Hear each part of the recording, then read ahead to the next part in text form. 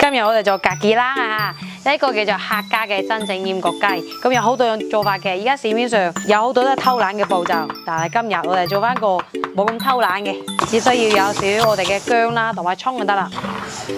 2斤嘅鹽啦，將成個雞搓均勻佢，個雞籠都要搓均勻佢，然後再將薑、葱擠落去，同佢做抹沙子。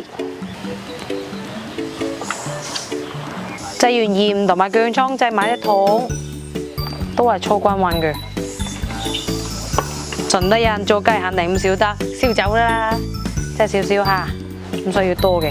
仲有就係豉油，我哋嘅頭抽得啦嚇，少少地唔好多。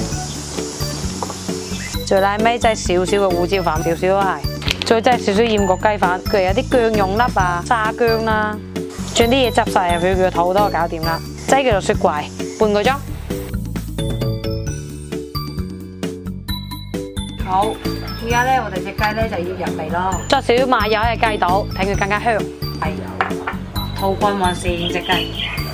整真嘅鹽焗雞肯定用得紙㗎啦，呢2隻紙咧喺網上買得㗎啦，買多啲嘅咧我哋就將佢掃滿油，知唔知啊？2張就 OK 啦。油紙呢度，我哋就用翻正常嘅花生油，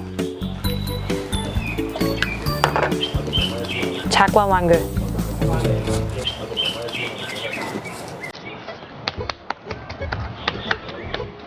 好，隻雞擠落嚟，咁樣好似標利是封咁標佢。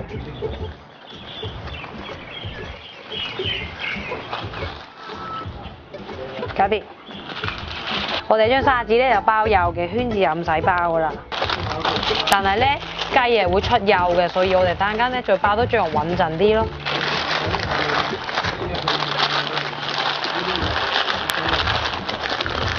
OK。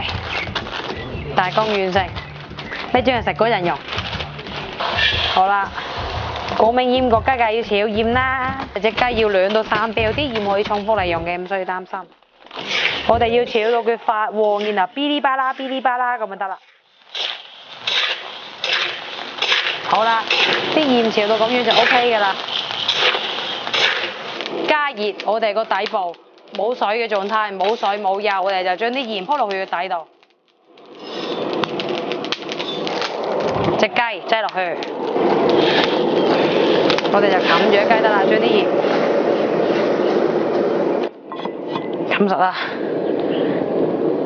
中細火10分鐘得啦嚇。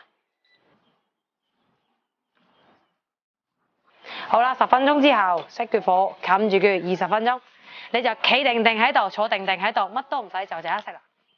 我去嚟吧。好，夠鐘啦！好啦，就係咁簡單。而家神聖嘅儀式嚟啦，下啲鹽下自己焗好先得㗎嚇。